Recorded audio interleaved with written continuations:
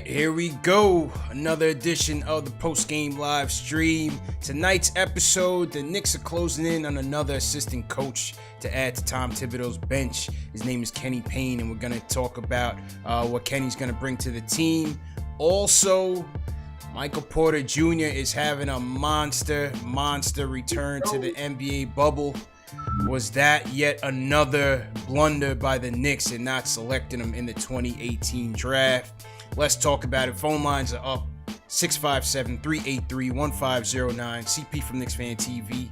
My man J. Ellis from Nick of Time Show. J. Ellis, how you feeling, man? I'm feeling good, man. I'm feeling good. NBA basketball is back. Good to see some type of basketball back again. I'm enjoying it, man. Yeah, good to see some basketball back. Obviously, no Knicks basketball, and it might not be for a little while, but we'll have some news on next season as well for the fans as well. So stay tuned for that. But let's talk about Kenny Payne, J. Ellis, because reports are swirling around the net these past couple of days that Kenny Payne, the associate head coach at the University of Kentucky basketball, been there for 10 years. Is closing in on a deal with the Knicks for Tom Thibodeau's staff. Now, they're saying Kenny Payne and Worldwide West are very close friends.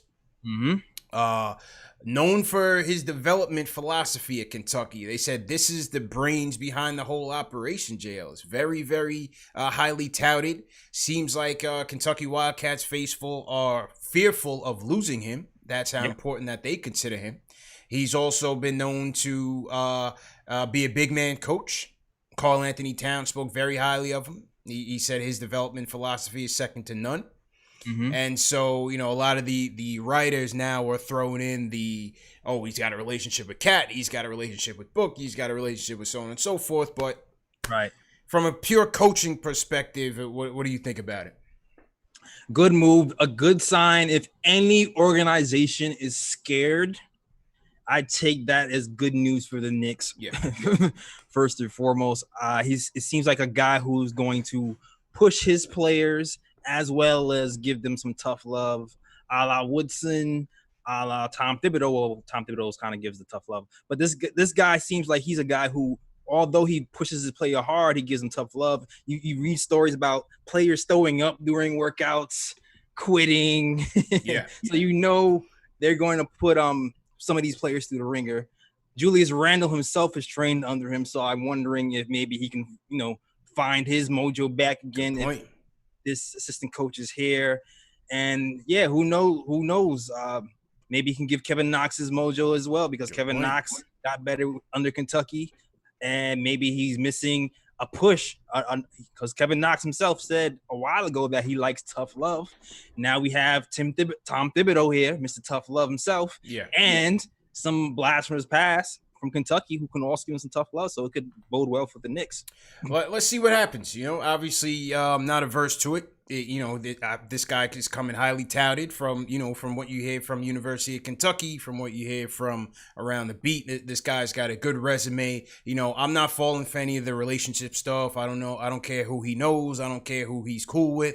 I don't care if he was a Q dog with somebody else's father, and that might get him here. Forget the free agency stuff. If he's coming here from a development standpoint, then like you said, I'm interested in seeing his impact on Mitch, on Julius, on Kevin Knox. Those three in particular. He's set to be a big man coach. Will he be working with Kenny Wooten at some point? So development, JL. That is the name of the game. That's what we need to be focused on. It's already been said that Tibbs is looking to hire a development staff, a separate staff from the coaching staff, JLs. We got to get with the times, man. There are a number of teams with separate coaching staffs. Obviously, the Raptors are the cream of the crop, but there's other teams as well, the Kings, the Sixers, that have 5 or 6 people that are strictly devoted to player development. So that's where we need to be playing right now. Absolutely, man. I can't, CP. I felt bamboozled. I felt hoodwinked when I realized that we had one of the smallest development staffs in the NBA when this coaching staff and this front office was pushing development so hard. They pushed a narrative that we have assistant coaches who are good for development. We didn't even have a shooting coach. Yeah. We had Keith Smart. I mean, no offense to Keith Smart. I'm sure, he was a good college athlete, a good player in Indiana, but clearly he wasn't the guy.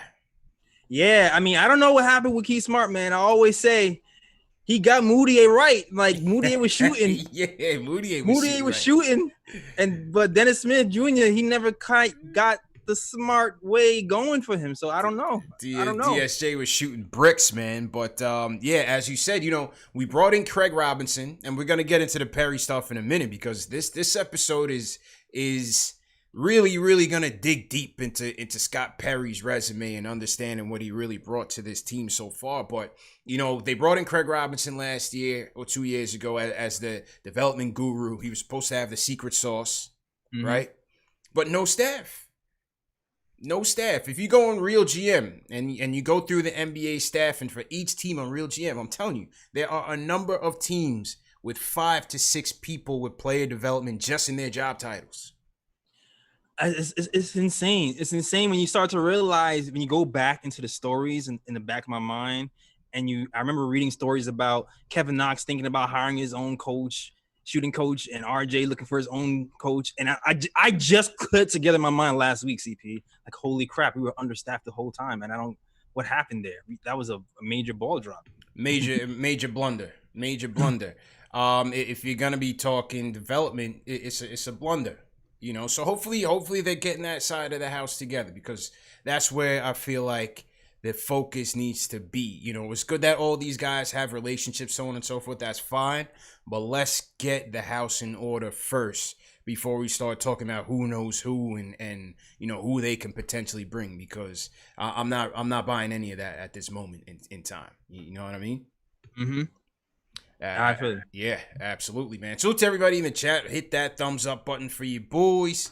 Good to be back on, man. It was on like about a week ago, so good to be back on with everybody. Happy Sunday. Hope you guys are enjoying the return, the bubble as well. Let me salute some people in the chat. Salute to Shells Heavy in the building. Shells, how you feeling? Yeah, shout out to Shells, bro. Shout out to you, man. Yeah, man. We got No Dice 414 in here. We got Alexis E says, I love the Knicks. John Talento always in here. What's going on? Salute Apple Faxinato in here. Paul Butler, how you feeling? What do you want to shout out, Jails? So shout out to my guys who are strolling in right now. Brian Fishman, shout out to you. Gregory W. Big also. Brandon McNeely.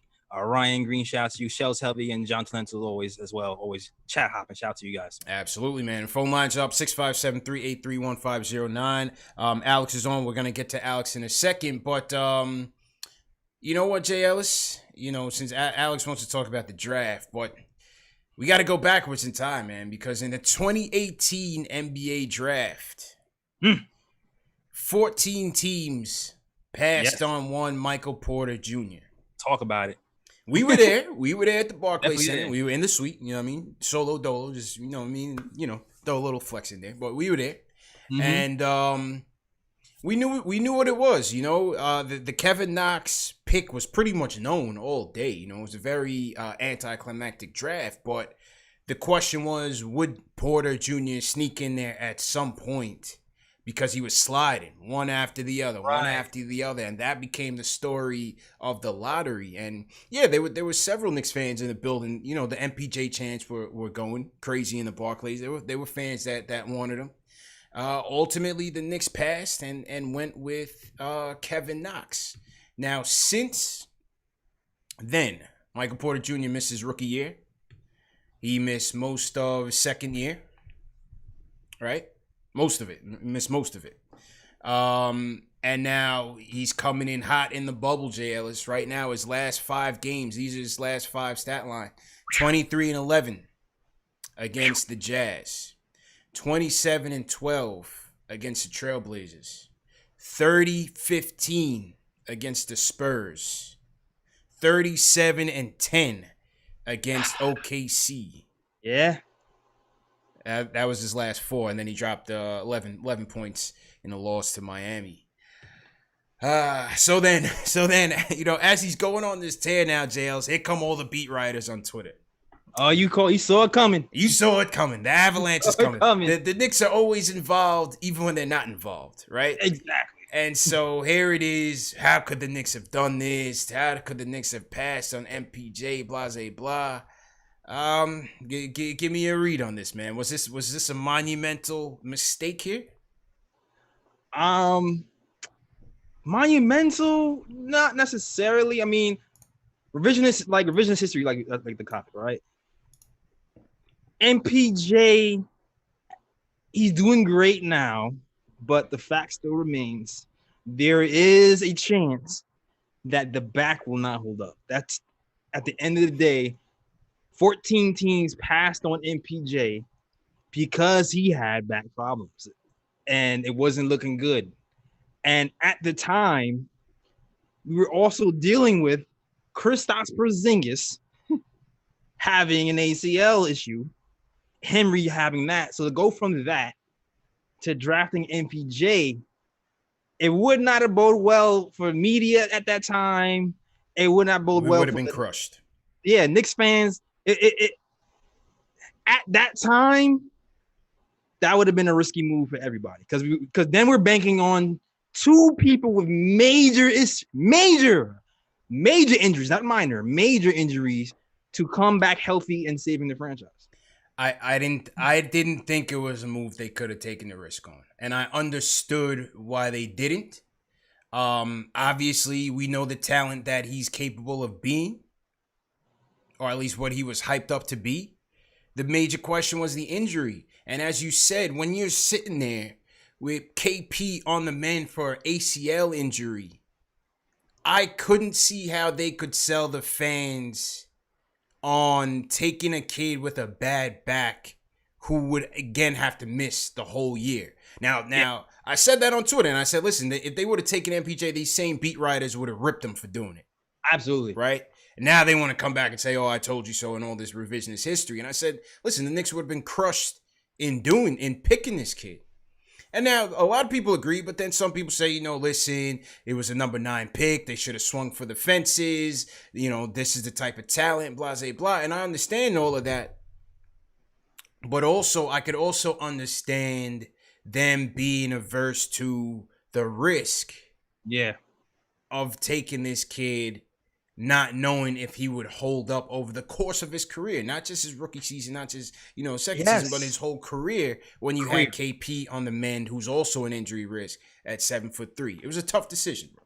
And that's the bigger picture, not these 4 games, the career. I wish the best for this kid. I hope he stays healthy. But back injuries at 6'10", however tall this kid is nothing to play with. That is not like, oh, I sprained my finger. It's tough, man.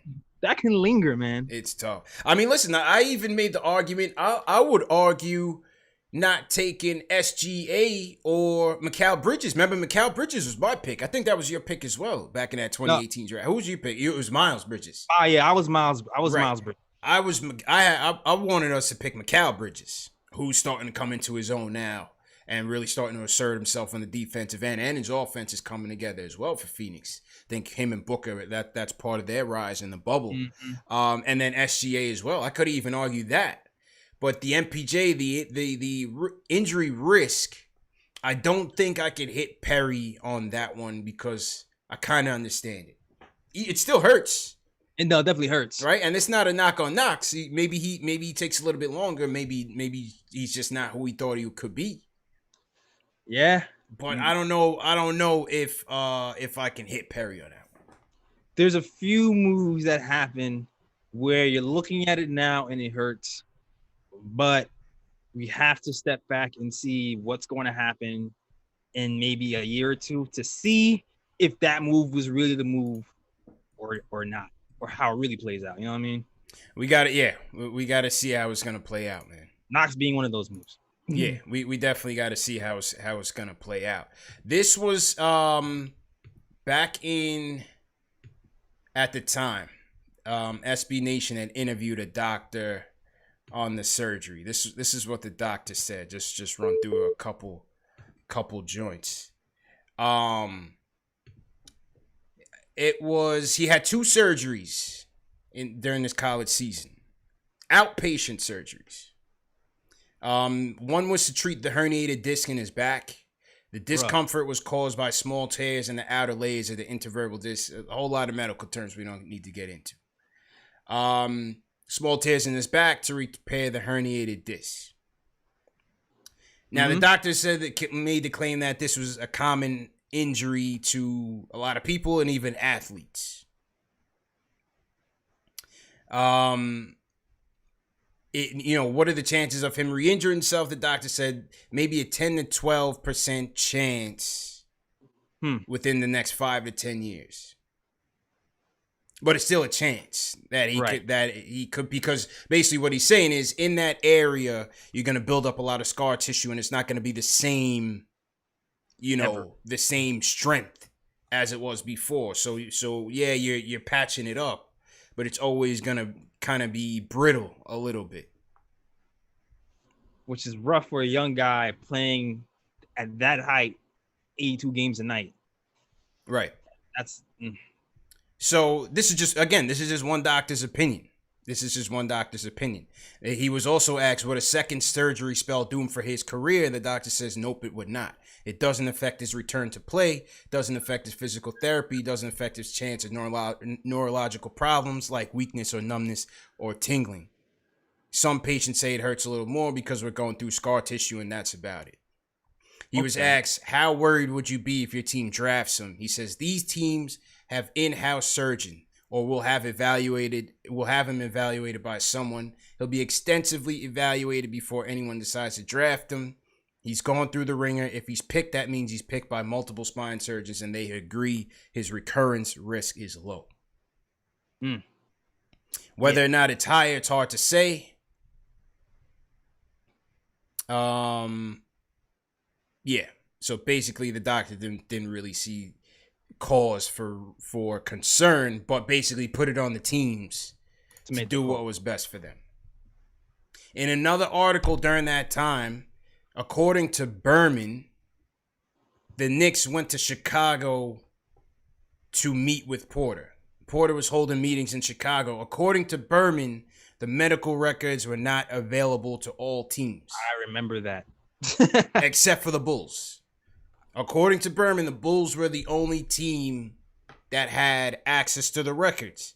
So, does that mean, did the Knicks even get access to the records?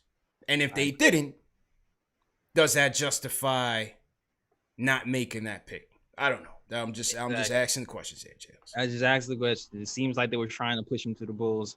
And if they're not allowed to see back medical records, it was supposed to be, a disc hernia in your back. Right. You're rolling the dice. Once again, you're just rolling the dice. And he was also supposed to work out. He canceled workouts because he had a bad hip. Oh, that's right. So he had a hip injury. The hip injury right before the workouts. Before the workouts. So you couple that with the back injury, with the fact that he only played 3 games. Yikes. I'm just saying. I don't know. I'm just saying. I don't know the full story, what the Knicks had, what information they had, what they didn't have. And was out of shape during the last game. That's all I'm saying. So, you guys in the chat, you guys be the judge. We knew the type of player he was projected to be. Job345 says he was projected to be an elite player. It's not a question of his talent. It's a question. The question is was it worth the risk? Right. Knowing the situation that we had. Exactly. And at 15, 14, you can say probably lower lottery. It could be worth the risk at a lower lottery. Does it make you feel any better that the logo passed twice? It makes me feel good. The fact that Jerry West passed twice, I feel a little bit better about it, Tails. I don't know. That's just me, man. That's just me. I'm not gonna lie. It helps ease the pain a little bit. It helps ease the pain, man. Let us live. But yeah, like I said on Ninja P now, that's Knox on his record. Like I said, you look at Shai Gilgeous-Alexander, you look at what Mikal Bridges is doing right now. All right, we'll give Kev some time. Give Kev some time. We'll give him some time. He just needs to get time. Yeah. Will he get time? Right? His minutes per game drop. But I think if Kenny Payne is truly coming here, I think also with Rose and West, I think if at the very least as a favor to Calipari, they're gonna keep Knox. Knox will be here. He has no trade value. And so we'll see. If Tibbs can't get anything out of him, then not too sure what the future will hold for Kev. Yeah, I feel you, man. I predict. I'm not saying he will be with the Knicks forever. Bare minimum, I feel like Knox will be here until the trade deadline of next season. Bare minimum. Yeah. After that, I'm not sure what's going to happen. Let's hear from Antonio from Puerto Rico on the MPJ topic. Hey, what's up, guys? Hey. Great program. Thank you, bro. How you doing? I'm doing good. I would not draft Porter at that time, and still, because like KQC said, the back, that's going to be an issue. I don't know if you remember Larry Johnson. He had to retire. It's back. You don't get 100% back. And besides that, you were right about the reporters. They would not give that. Reporters on New York fans are tough. They would rush him back, and everything would be negative. So I would stay with Knox. Knox is just 20 years old. Porter's 22, and now with Tibbs, the new coach, I think Knox is going to be tougher, and he's just 20. So let's not give up on him. Let's see what's going to happen. Yeah, I'm with you, man. Listen, I want the best for all our picks, right? These are all young kids. Obviously, you want them to succeed. Kev has shown the tools. He's got to put it all together. He has shown some flashes, J. Ellis. Mm-hmm. The shot could be there. He has the length. He's got to put it together, man. He's got to get his head together. And so we just got to have some patience with him. It is what it is. This is what our team looks like. Obviously, you would rather them not bungle these draft picks because it's very important. Right. Nah, for real. I mean, maybe getting Mitch as a gem in the second round, does that help things? Absolutely. A little bit. But we need to hit on these picks too. And he needs time. He needs time. And when I say time, I don't mean time as in time like years. I mean floor time. No matter what his role is next season, if it's in the G League or on the Knicks, Kevin Knox needs floor time to see what we have. I agree. Totally agree, man. On Perry, man. How do we really judge Perry's tenure here, right? He's going into a lame duck season next season. Not sure. We have no idea whether they're gonna bring him back or he's just there to kind of, be the facilitator, right? That transition team, so to speak. But when you look at when he got here, you think about the free agency he got, right? He got Vonleh, he got Azonia, he got Moutier. They traded for Moutier, right? Right. They got Ramon Sessions. Oh, yeah, that was great. Remember Ramon Sessions? God. Ramon Sessions came here for a cup of coffee. He was awful. That was terrible. I still remember when he threw the ball over the backboard out of bounds. Man. I still remember that. They had Ramon Sessions in there playing over Frank. You got Hazonia, Vonleh, Beasley, walking bucket. Oh, yeah. They got Beasley. I would say, the free agent picks have been duds. Yes, I will say the free agent picks have been duds, but I feel like the picks he had were picked for a reason. I feel like I don't hurt over it as much because I know one of our biggest concerns when Scott Perry first arrived was our cap flexibility was trash. CP, like we had Joakim Noah was still on the books. Joakim is still on the books. He's still on the books. At the time, Courtney Lee was here costing us $14 million. Tim Hardaway Jr. was costing us 18 with Joakim Noah, with Carmelo Anthony on his way out because he was beefing with Phil Jackson. When Scott Perry got here, it was a huge mess. And a lot of it had to do with Phil Jackson and Steve Mills, who just caused a stir before he got here. Steve Mills signed Ron Baker for $8.9 million. Yeah. For what?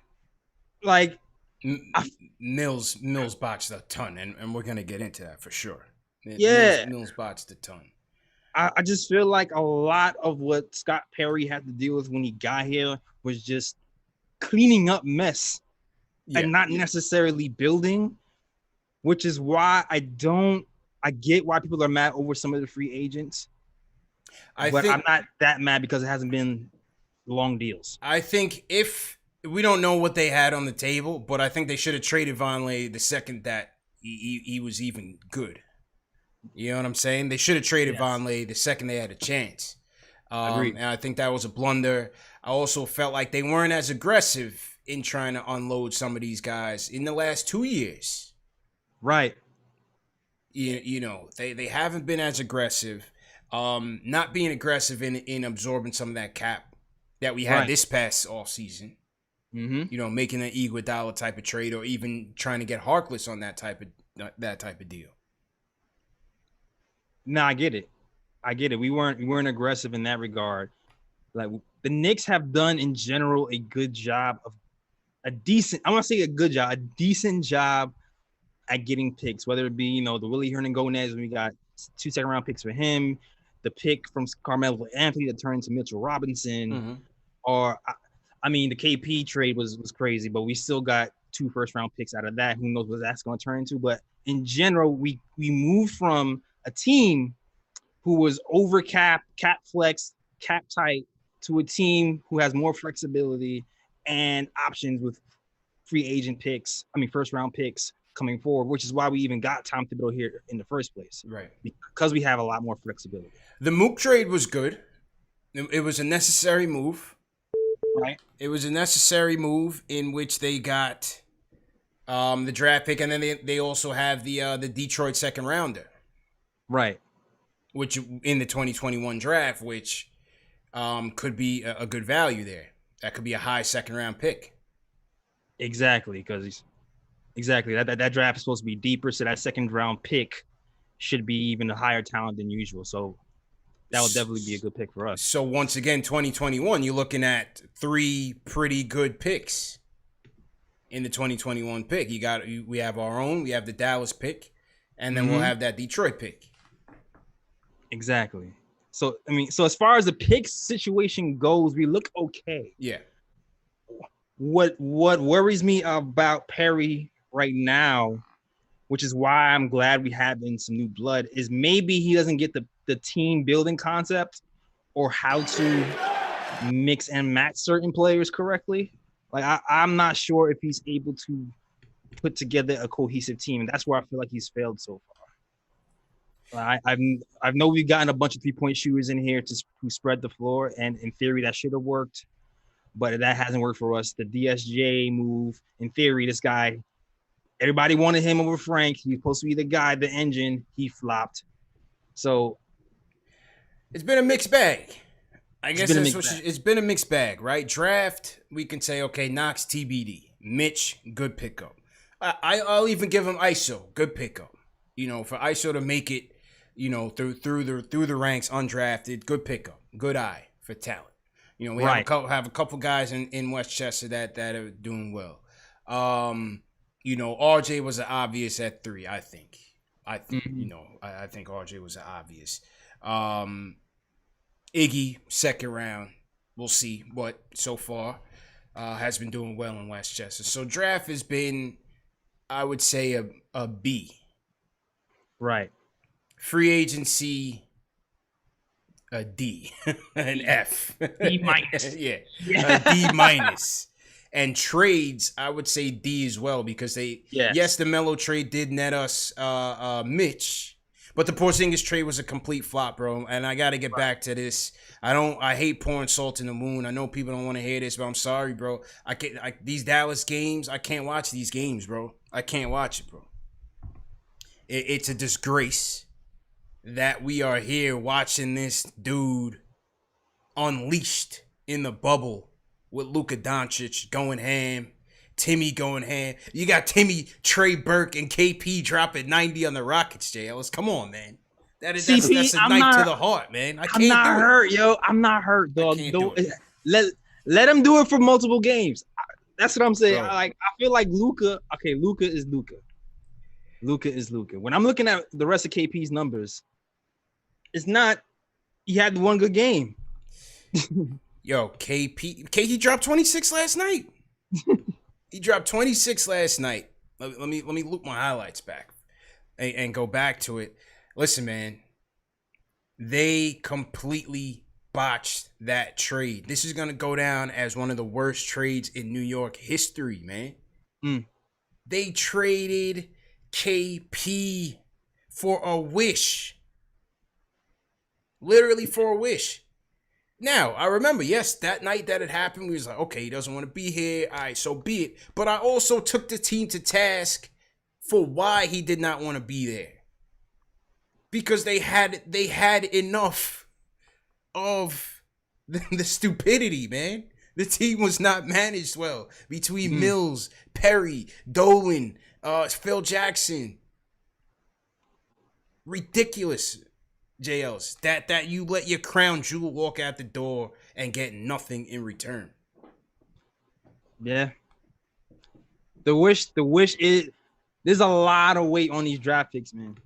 There's a lot of weight on these draft picks. Oh, let's see what this 2021 pick is gonna be. Okay. A lot of weight on these draft picks. A lot. Listen, man.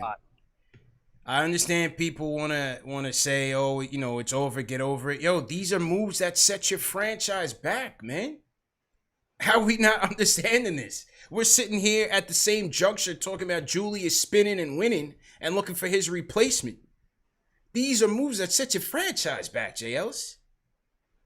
Yeah. Like how can we not acknowledge that? Every time this team takes one step forward, they take 5 steps back. I feel you, CP. I feel you. I understand you're hurt. But listen, we gotta wait and see what happens, man, because there's still unknowns. We still have to see if KP can play for more than 60 games in the season. I understand that. Totally understand that. And we have to see if any of these draft picks turn out to be something that we can use as franchise. We can catapult the franchise again. It sucks that we actually picked a correct pick for once in our lives, but you know, it's still a risk. It's still a risk even maxing KP. It was. I understand all of it. It was a risk, but you know what? You have to think in reality that money is not going to anybody else, man. Nobody else is coming here, and the fact that they let this guy go and had no promises whatsoever. That's a disgrace, JL. So you couldn't do that. You could not have done that. What they did was the Dallas trade was the best trade they could have gotten to get the 2 contracts. But overall, it seems like they were better trades in terms of return on your investment. They could have had maybe players that could have helped them right now. Yeah, I mean, what I see happening with that thing is the New York eyes. I feel like the Knicks saw the writing on the wall with KP and were trying to move covertly while trying to convince him to stay. Because I feel like the front office knew if they openly shopped KP, it was 100% he was gone.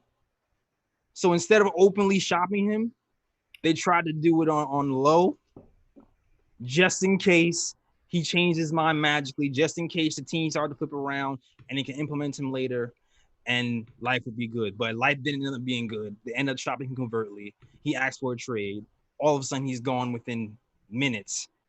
And then here we are right now. And that's what cost Mills his job. Because, listen, you can't. That was a disgrace. I'm sorry, man. I'm sorry. You guys want me to get over it, but listen, man. You never want to see your ex do better, bro. Regardless. You know what I mean? You don't want to see your ex with another dude and you're sitting there by yourself. Because this is how we're looking right now. We're sitting here with cap space, hopes, and dreams. Cap space, hopes, and dreams. It said we got 2021 pick. We got pick coming up in a few weeks. And who knows what's gonna happen? We can end up picking somebody nice, packaging that pick for somebody else. Who knows what's gonna happen, CP? Listen, it hurts. I'm still here. I'm still here, man. I understand it hurts. You know, it was a lot easier to accept that night because you felt like it's happening, meaning KD. Like, you felt like, all right, they're going to trade KP. Obviously, you want him here. But damn, they're not gonna trade him for nothing, right? Right. Without a promise, and they did. I'm not even gonna go back that KD road, man. And they did. They traded him with no promise. I already know. I keep saying this. I don't want to say it again. The insult to injury and the whole thing was that they got no meetings. No meetings, JLs. That's the salt in the wound. And rub that in. Listen. That's all I'm saying, man. I understand what this is. Listen, man. Here's the thing out of it. Going through this debacle, CP. This is what we found out. We found out KP didn't want to be here. Cool. We found out Fizdale was the wrong coach. Big time. Big time. We got rid of Steve Mills. We actually have a developmental staff for real now. So it sucks that KP left. But maybe, just maybe, we can actually build the foundation a lot better with developmental coaches for the first time, an actual coach for the first time, and somebody with connections and some basketball know-how on the top. I'm hoping. This is all wishful thinking. This is all hope right now. This is all hope right now. And that's just all it is. You know, when you look at Perry, again, I don't know. We don't know if he's meant to be here past this season. But what I think he can do to help his case is, number one, they got to ace this draft coming up. You have 3 draft picks. Absolutely. You got to ace it with at least 2 of them. Number 2, they have to get more aggressive, right? Go get another second round pick. Buy a second round pick with all this cap situation going on for next season. Go out and go get a second round pick to throw in a Westchester, somebody that you can build up, right? Use some of the cap space as a weapon to absorb a contract of a less desirable contract and get another veteran in here that way and get a pick on top of that, right? We need to build up the war chest, bro. Dude, build up the war chest. I don't know. I feel like we have one of the youngest teams in the NBA. I agree. So getting more picks, to me, if I'm getting more picks, it's the package to move. Right. Because right now we have Frank, Knox, Mitch, RJ. Everybody over here is 22, 21. Yeah. Can't barely party, can't drink. Yeah. Listen, they're not all going to be here, but to your point, again, having that as weapons to trade later on, if you need to make a trade later on, then it won't hurt you as bad. But you have all this money. Use it wisely. Absolutely. Use it wisely. And when free agency comes, we'll see if we're using it wisely. We'll Facts. See. That'll be a test. That'll definitely be the test. Yeah. But I'm looking forward to this draft and next year's draft to see what we really have. Because next year's draft is supposed to be the one. And let's hope the ping pong balls forward they may, and we going the right track. Get somebody push this franchise forward. Speaking of draft, Alex is on the line. Alex, how you feeling, man? Hey, what's going on, bro? What's going on? I muted him by accident. Hold on, Alex. I thought it was Wolf. I thought it was Alex Wolf. Nah, go ahead, Alex. My fault. I muted you by accident. Go ahead, bro. What's your point? Oh, yeah. Okay, I just realized.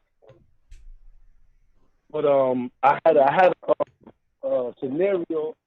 Nobody brought it up, but let's say we get top 4 pick. What do you do if Phoenix offers you their first rounder?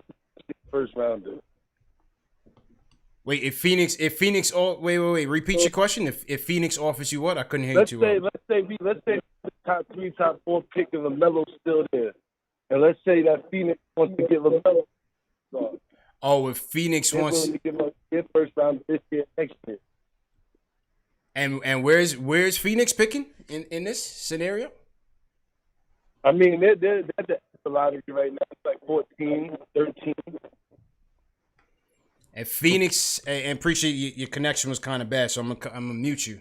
Yeah, repeat that question, CP. So basically, saying if you're sitting there at 4 and LaMelo's there, and Phoenix is offering you this year's first and next year's first, would you take that?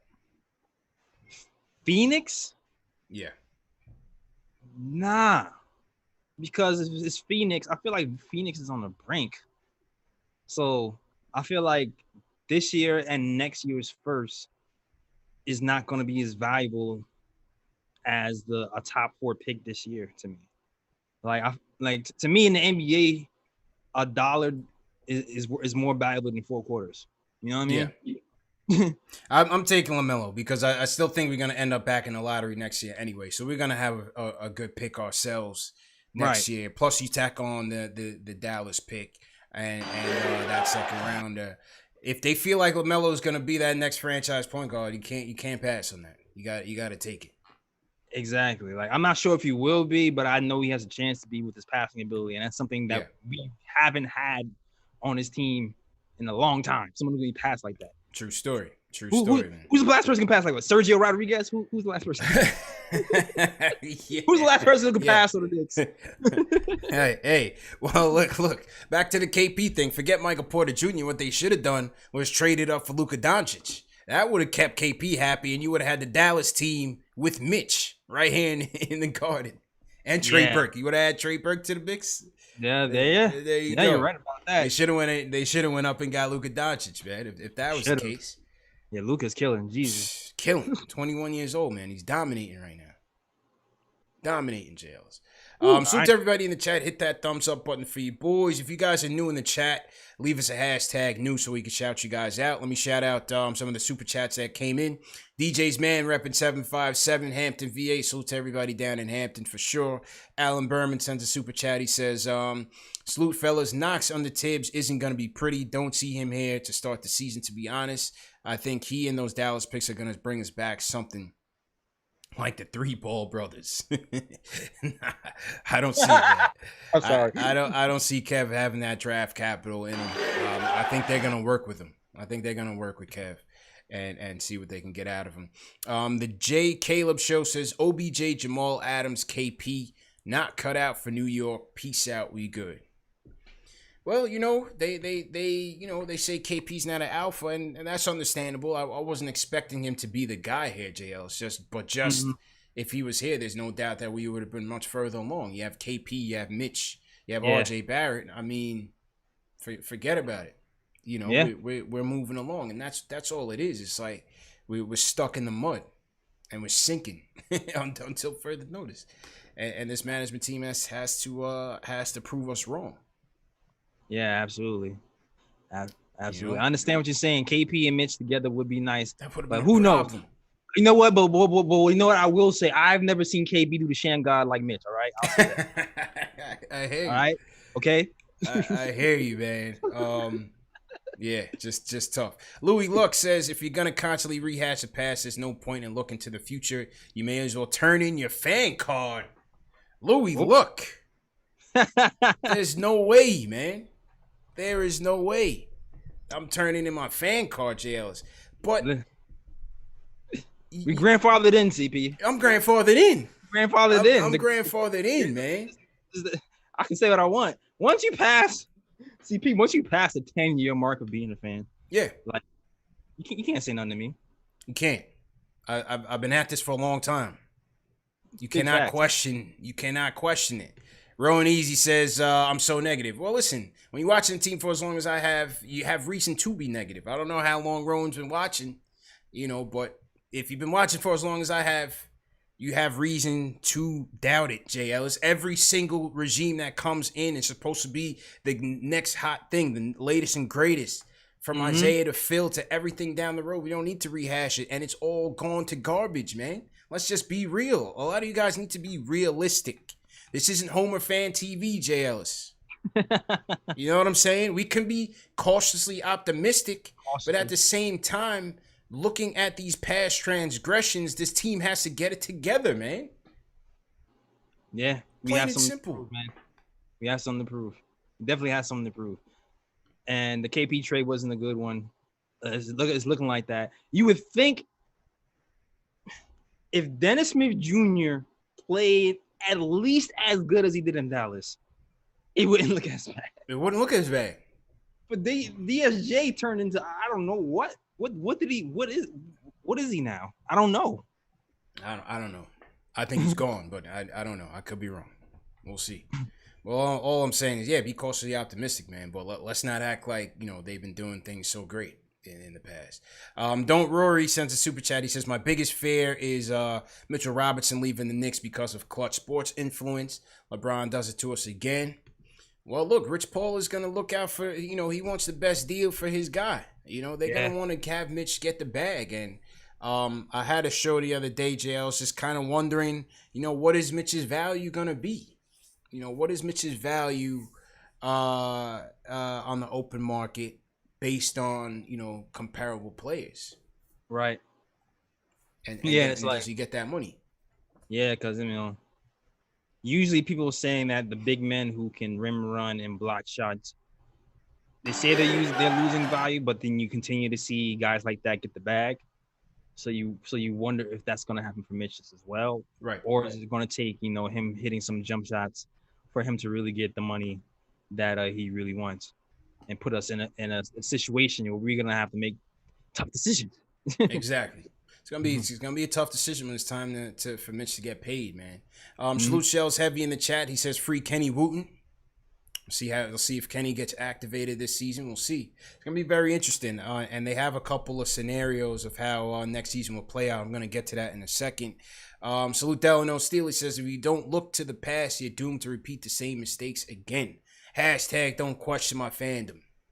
Delano Steele the mayor, man. You know what I mean? I don't need to say it. He said it. Said it well. It still speaks, man.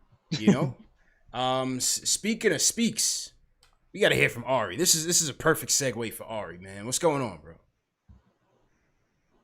Yo, what's up, CP? You guys hear me all right? Yeah. Go ahead, bro. All right, there's a little echo. I was going to. First of all, CP, you have nothing to, defend yourself about. Right about everything you just said right now. Jay Ellis is saying it's not that bad. Selling Ninja P t-shirt. He doesn't want it, so. Honestly, dude, the KP trade that's an unforgivable mistake as a GM. Unforgivable mistake, and it's not the fact that he wanted to leave. The fact that he wanted to leave and that the culture wasn't built and that he put them in such a position just says about the way that Scott Perry was managing this team, man. And I know Steve Mills took a lot of the brunt for it, but Scott Perry was there. First of all, they hired David Fizdale, right? That was like their first move. F negative, okay? F negative, all right? After that, they had that whole Kristaps Porzingis fiasco, and when you're in that position, at least get some value back, man. You know what I'm saying? Like, first of all, I don't know how you make that trade. And listen, Lucky Louie or whatever his name is can say whatever the hell he wants about don't look at the past. You're not a fan. All right, Louie, I don't know what you're talking about, dude. We want this team to do well. You're just out here making nonsense, all right? So, I don't know what he's saying. But, you have KP. You could have, I remember a year before that, there was, KP for Devin Booker, scenario going on. Right. There was, you could have gotten an all-star, a real good player back for Kristaps. Even post-injury, you could have gotten back at least a piece, man. And Scott Perry let that fly, right? He also drafted Kevin Knox. So listen, my thing with Kevin Knox is I personally, at 9, I would have taken a shot at Michael Porter. Scott Perry wasn't there for he was the consensus number one. He was the consensus number 1 talent, but I'm not going to even knock Scott Perry for that because of what CP is saying. You have both injuries or whatever. KP and Michael Porter Jr. both had injuries. You can't build a franchise around people that are both injured. But the free agency, oh my God, getting 5 power forwards and then Wayne Ellington and stunting the players' growth, the young guys' growth. Literally, Scott Perry didn't do anything. There's not one thing Scott Perry did well besides draft Mitchell Robinson in the 2nd round. And 2nd-round picks don't make you a contender. The lottery picks make you a contender, right? We need to hit on the lottery pick. And they also made the ISO Zo pick, which is a good, the undrafted pickup. Yeah. But then they just let him go for nothing. So, literally, I think that's why he's really mad, Jails. It's he did nothing. He was horrible. He did every mistake possible. And, I know Jay Ellis is saying, oh, well, you know what? Now we have a new regime. Now we could try building. Dude, we said the same thing 3 years ago when we brought in Scott Perry, Steve Mills, and Fizdale. We said the same thing 3 years ago, and CP's right. This is the type of stuff that sets an organization back. And you could say don't look at the past, It's not about the past. It's about moving forward, and you can't go moving forward when your front office is making just wrong decision after wrong decision after wrong decision. So of course I'm going to be mad. I'm very upset. And listen, one more thing. I read an article that Tim Hardaway Jr. Sr. said that the Mavs called the Knicks about Tim Hardaway Jr. That they wanted Tim Hardaway. The Knicks could have got Tim Hardaway Jr. off the books without KP. Apparently, he was a throw-in. That's how disaster it was. They didn't even shop him, Jay Ellis. They didn't even shop KP. All right, and don't give me anything about leverage. Anthony Davis had all the leverage in LA, and they still got a bag for Anthony Davis. All right, they didn't even shop KP. They threw him in. Disaster. I don't care. Disaster. I'm done. Ari on his soapbox. I think he just wanted to drop the ISO line. Of course he did. I think it was all about ISO, man. But go ahead, bro. Yeah. First of all, okay. Phil Jackson is the one who was shopping KP for the Devin Booker trade. Everybody crapped on Phil Jackson. Scott Perry wasn't even here yet. And I think that's the big reason why the Knicks didn't even want to overtly shop KP out in the open, because CP, I remember that summer when the trade KP rumors was coming out during the summer and Devin Booker's name was in there, dog. It was pandemonium. I don't remember that. It was pandemonium. Yeah. It was pandemonium. Imagine that during the season. Yeah. Imagine that during the season. That was draft day. That was draft day. That was draft day. That was the inception of KnicksFanTV. That was the inception. Exactly. That's when we first started. Trade rumors. Yeah.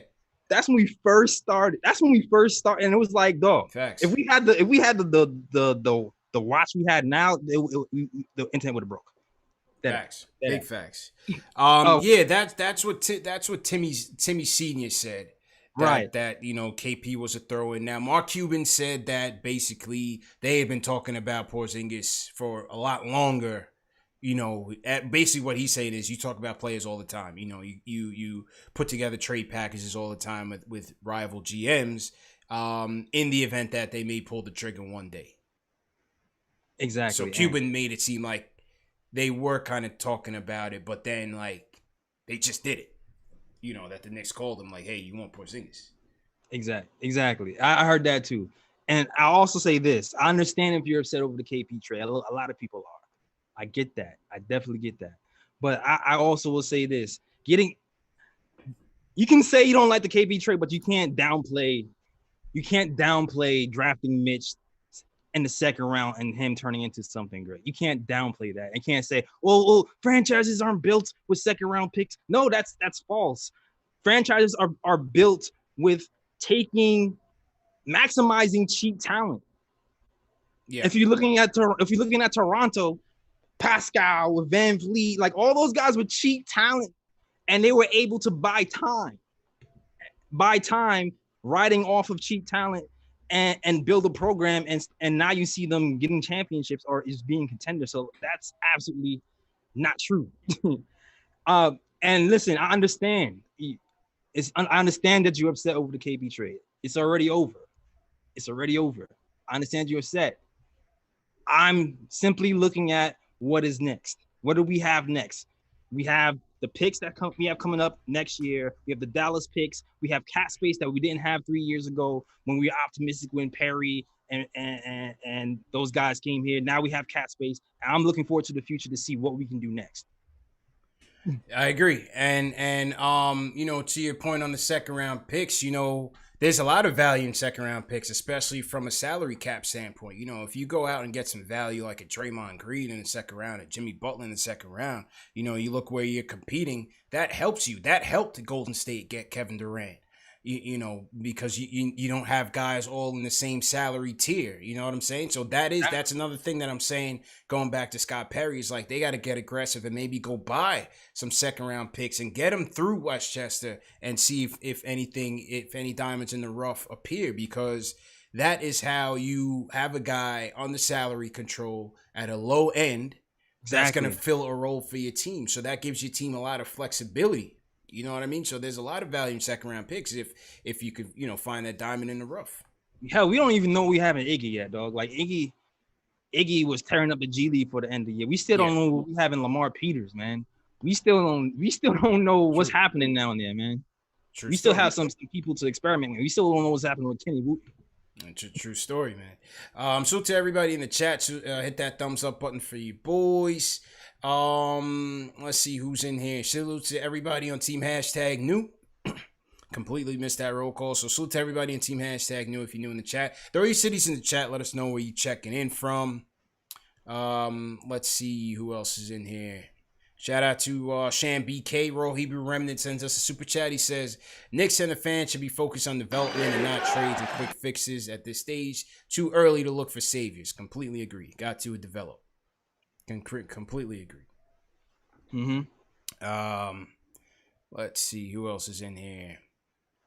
Big Chief Triangle. Shout out to Andy. What's going on, Andy? We got Lockie Whitaker in here, Victoria, Australia. Shout out Lockie. Taya Clay checking in from San Antonio. What's going on? All right, a couple more calls before we wrap up. Let's go to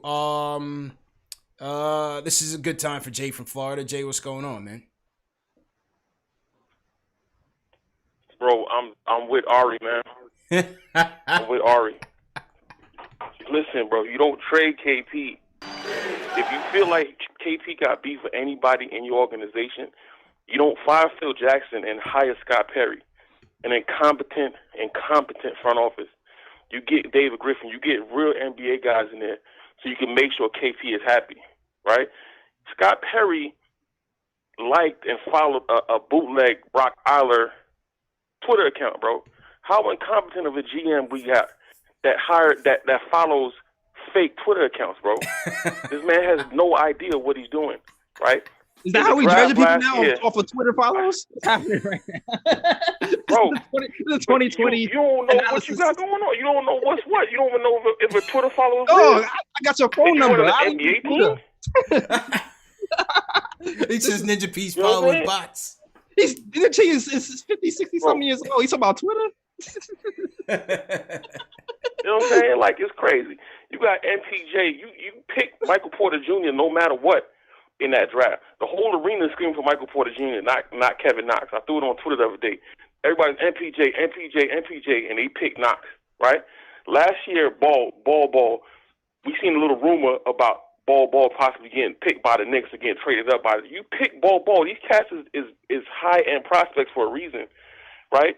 Same thing, if we don't get Melo this year, we go get Cole Anthony. Cole Anthony is a top-level prospect for a reason, right? They get ranked based on their high school and AAU ball, right? Don't try to rethink the wheel. Go get them high-level blue-chip prospects and call it a day, right? Scott Perry is incompetent. You know what I'm saying? He makes it bad for future black GMs. I'm going to say it because I'm black. I'm going to say it, bro. We got to get rid of him, bro. Got to. No what do you think about the RJ pick? I mean, the RJ pick was the obvious pick. I would have picked Reddish. I wanted Reddish. Okay, wait. So wait. So you just player. contradicted yourself. You said go for the obvious pick. Don't overthink it.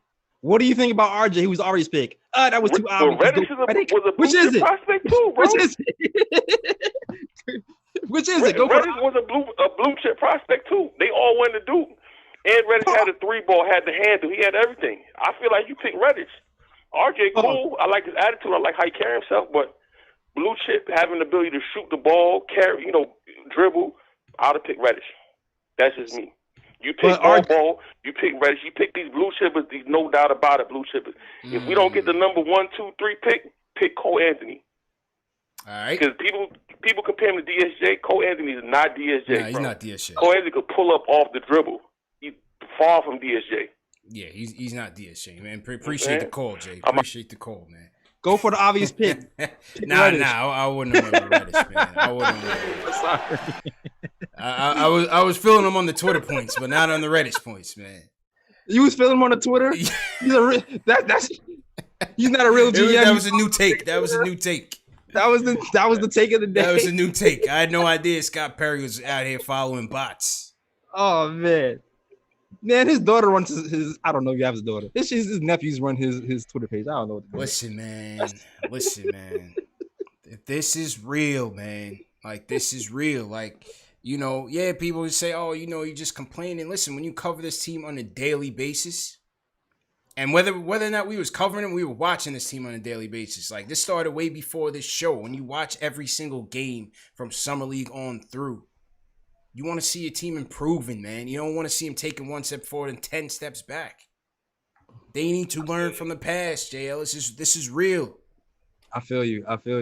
I guess you don't want to hear my Kira Lewis over Cole. Never mind. This is real, you know. Again, the MPJ thing, I understood it. The Frank draft was a whiff. Let's just be real. Not saying that Frank can't add value to this team, because I think he still can. Right. But his pick, they reached too high for him. That was Phil Jackson. That was Phil. You know, he wanted his triangle guard. Mm-hmm. It was a whiff. So it just is what it is, man. It just is what it is. Salute to Danny Thomas, sends a super chat. He says, this coming year is going to be important. We need to create a better culture that lead into more wins. Also, I agree with Jay Ellis in drafting great talent in the second round is important. From Stockton, California, Danny Thomas, what's going on? Shout out Fluterphone Johnson, new from Jersey. Anybody in Jersey? Salute to Jersey in the building. Who else we got in here? Brandon N, what's going on? The Humble Memphian, what's going on? Humble Memphian, all right. Yeah. Mike Jones, what's going on? Who? Mike Jones in the building. Pedicance, what's going on? How's everybody feeling? At 675 on the YouTube. Hit that thumbs up button for you boys. If you guys are new in the chat, once again, welcome to the show. Just a couple reminders. Remember, this show is available in audio podcast format. Spotify, Apple Podcasts, Google Play, Amazon Alexa, and Stitcher, so you never have to miss it. Coming up, the lottery coming up, JLs. August 20th. Let's go. Let's man. Let's get it going. I'm nervous, man. Yeah. I'm dreaming of ping pong balls. Pause. What number are you? That's why I said ping pong, yeah. CP. I didn't think I had to pause the ping pong. It came out so fluid, man. I just had to check it at the door, JLs. You know what I'm saying? But no, we got a big show coming up August 20th for the live stream watch along. We're gonna do a watch along, mock draft, caller reactions, all of that. We got Macri coming through, Schwinny's coming through. We got Hardwood Herald coming through. Spencer's TBD. TBD, but we're gonna have about 6 people on the show. Gonna be a big show. That's August 20th. Don't miss it. Other news on the league wise, Jay Ellis. They're trying to figure out what to do with these teams like the Knicks, the Delete 8, to get them active and involved. Because look, I mean, they could be looking at anywhere between 9 and 12 months since they last played basketball. So, you know, a lot of fans didn't feel like it's a big deal. But to the coaching staff and everybody that wants to get acclimated, they're trying to figure out what the best thing to do. There was initial talk about them going to Orlando, but that looks like it's been scrapped. The NBA Players Association doesn't want to do that. So seems like they're going to get cleared for some sort of voluntary training camp in August. Not set in stone, but it's a possibility. Voluntary training camp in August. As it pertains to next year, they're trying to figure out how to maximize fan participation, getting fans back in seats. Obviously, that all depends on how quick the vaccine gets here. And for you anti-vaxxers, no, I'm not advocating for the vaccine. I'm just telling you what it is. Don't come for me in the comment section. I'm just telling you what it is. They're trying to figure that out. So they even talking about possibly delaying the season past the December 1st start if they know that they can get fans back in the seats.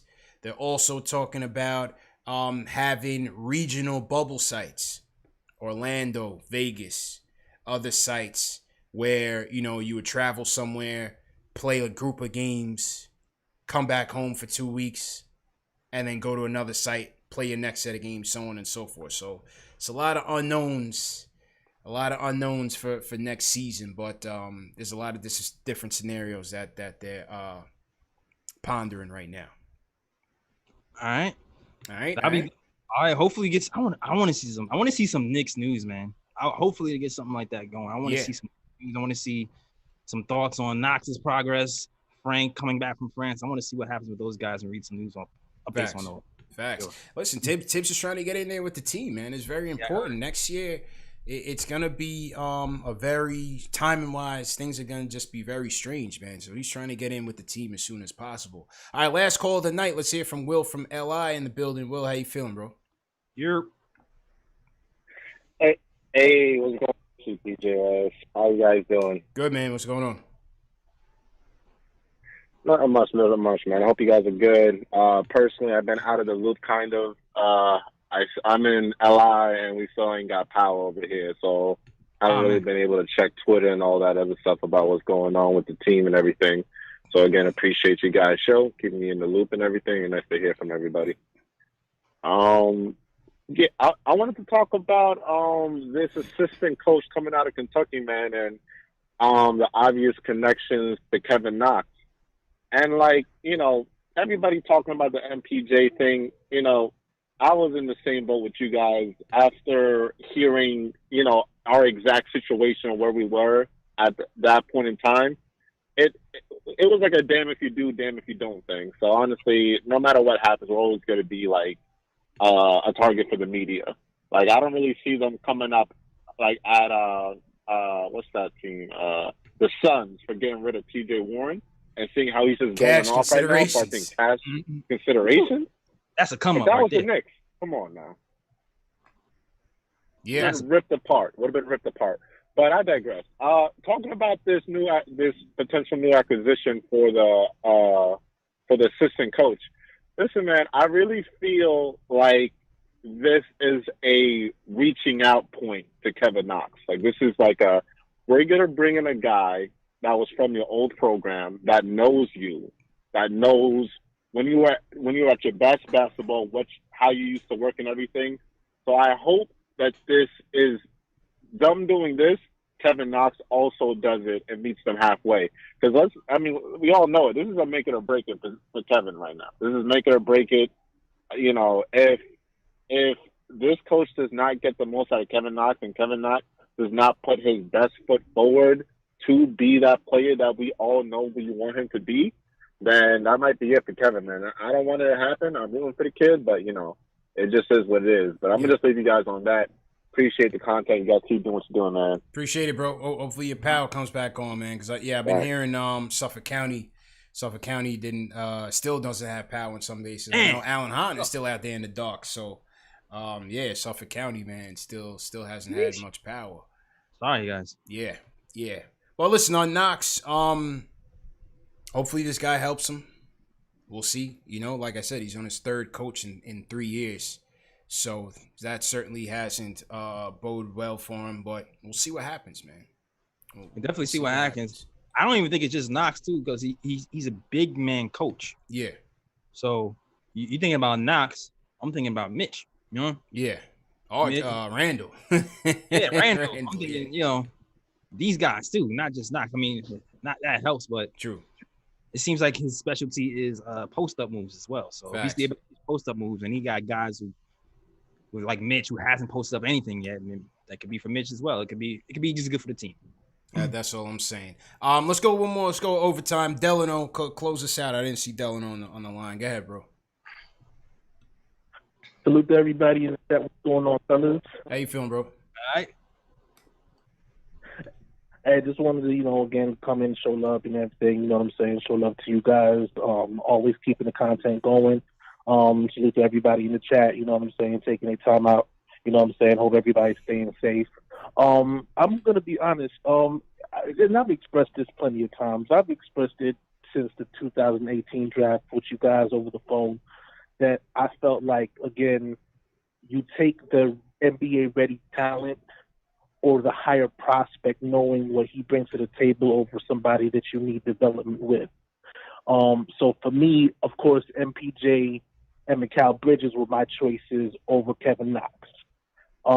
We live with what we got, you know what I'm saying? Of course, you hope for the best, but it really hurts when you start looking at those same guys that you passed up on, and I know everybody else passed up on it, but I'm not a fan of everybody else. I'm a Knicks fan.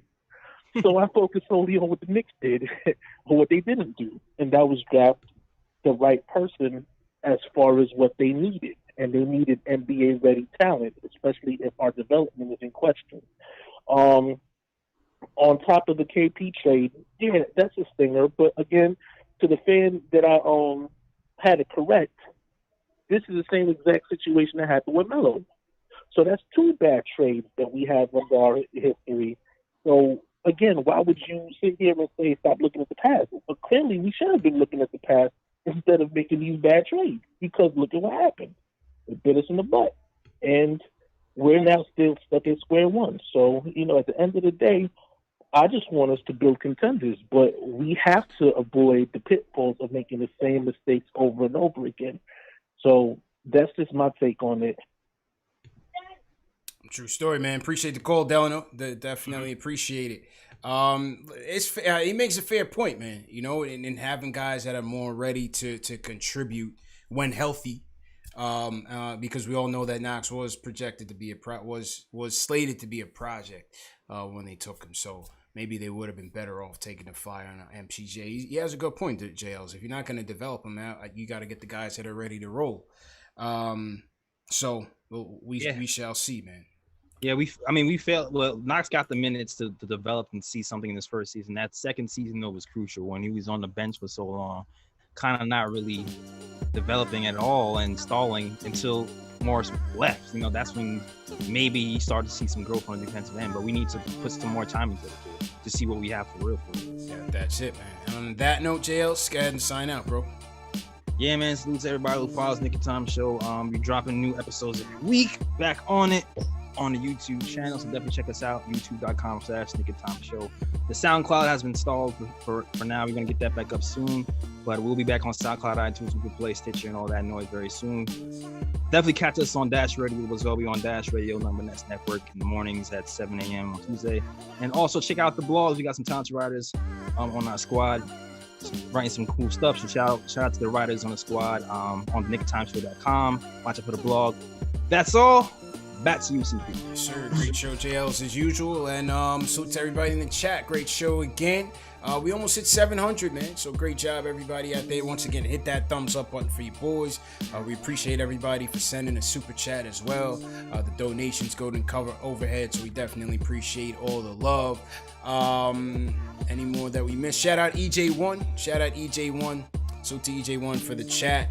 Louis Luck says, I've been a fan since the 90s. I hear you, but what other choice is there but to hope for the best? The past is just at the past. Yeah, that's all we're saying. Listen, we wouldn't be doing the show if we wasn't, if there was no optimism, JLs, you know what I mean? Listen, we wouldn't be here doing this, but at the same time, the frustration is there, man. We got to get it together. That's all. That's all we're saying. But if we weren't optimistic, trust me, we wouldn't be doing this for hours on end on a daily. So I definitely hear you.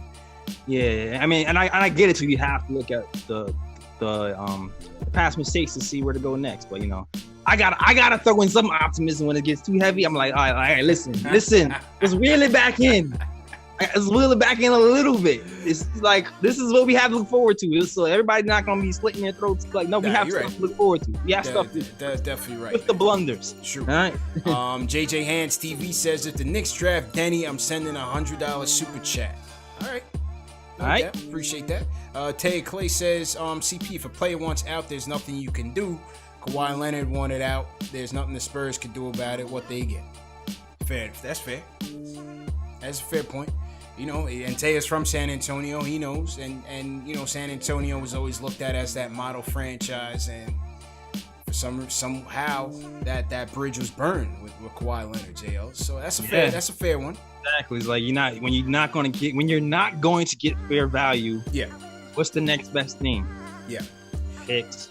It's a fair one, but I'll also say with the Spurs, it's a rare one, and with the Knicks, it's not.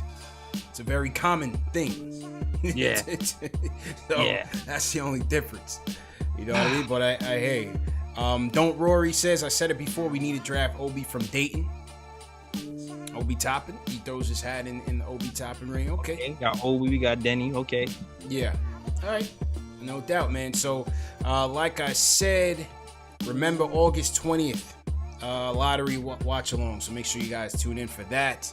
And we'll check in with you guys this week. Salute to Patrick Francis, DJ's man, Hampton, VA, Raw Hebrew Remnant, appreciate it. Stephen Fox says it's time for a chopped cheese. He's about to go get his eat on. I'm about to go get my eat on, JLs. What do you want to shout out before we get out of here?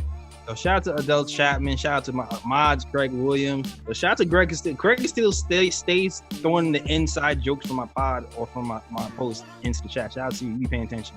Shout out to John Talento, G. Adrizi, G. Bolden Jr., One Shot, everybody who supports both of us, Knicks Fan TV and Knicks Time Show. Shout out to you guys.